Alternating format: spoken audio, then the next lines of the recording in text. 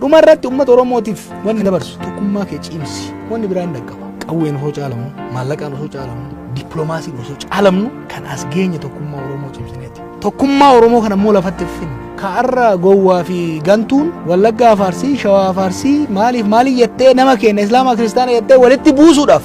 fiigdu kana aarsaa itti kafaleeti Taaddasaa Birruu fa'aa faatu maaraga lafa kaayee dheeraa dhaqeeti Bariisoo Waabee faatu amantiin hin qoodamu jee shinni gatti wareegameeti lafattiin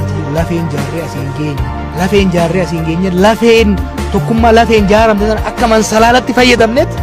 salphina abbaa Isaayyaafaa jalatti nu gotan turan san keessa of baafneet har'a kabajaa hanga tan argachuu dandeenya har'as tokkummaa keenya diiguu warri barbaadu bitamaan nu keessa jiru saataa gowwaan nu keessa jiru saataa diinni saataatu abbichaan Wallaggaaf Shawaa walitti naquu fiigu Harargeef Arsii walitti naquu fiigu warra abbichaan gandummaa faarsuu fiigu qilleensa amantii afuufuuf deemu waan tokko shakkina of duuba isin deebisuu barbaada masalaala isin kortanii ol baatan san sadarkaa isin takkaan irraa baasaa akka jiru beeka amma gufnaan immoo ol deebi'uun hin jiraatu kanaaf tokkummaa keessan cimsaa dhugaa teessan gadi lakkisinaa jarmaalee keessan cimsaa qophaa'aa laaftuun taatu san itti aantu tun tadhumaati garuu